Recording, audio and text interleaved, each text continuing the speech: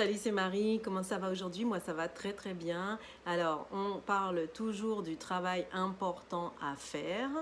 Donc, le travail important à faire, mis à part le Theta Healing, on en a déjà parlé. Il y a également l'Access Bar, également les massages. C'est vraiment important d'avoir des petits massages pour lâcher prise.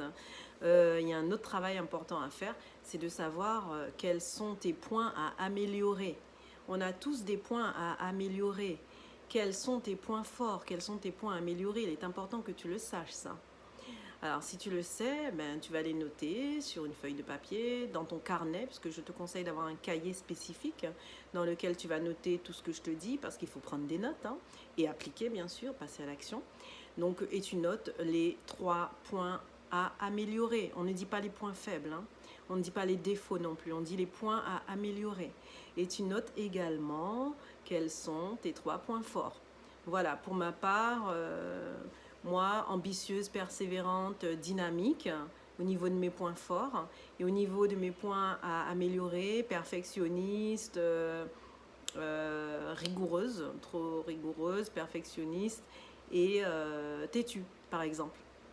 Voilà, ça peut être des faux points améliorés, mais ce sont quand même des points améliorés parce que lorsque l'on est trop perfectionniste, par exemple, on ne laisse rien passer et du coup, on n'avance pas. Du coup, on a peur parce que lorsqu'on veut, par exemple, comme je fais une vidéo là, si moi je vois qu'il y a quelque chose qui dépasse ou qu'il y a une erreur ou que j'ai bugué ou que j'ai bégayé, eh bien, je vais effacer la vidéo et je vais recommencer de façon inlassable et je ne vais pas avancer.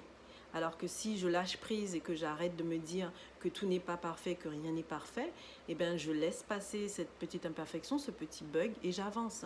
J'avance doucement, sûrement et au fur et à mesure, je finirai par m'améliorer. Voilà, donc ce sont des choses comme ça. Par exemple, le fait d'être têtu, en soi, c'est un point amélioré, c'est pas un défaut tel qu'il est, puisque le fait d'être têtu permet d'avoir un caractère et de ne pas se laisser marcher sur les pieds, par exemple. Mais d'un autre côté, lorsque l'on est trop têtu, on finit par déplaire et par être considéré comme quelqu'un qui a un mauvais caractère. Voilà, donc ce sont des choses sur lesquelles il faut travailler, sur lesquelles on discutera. Si tu connais tes points forts, à améliorer tes points forts, eh bien, tu les notes et on en reparle en coaching. Voilà, allez, je te dis à bientôt, bye bye.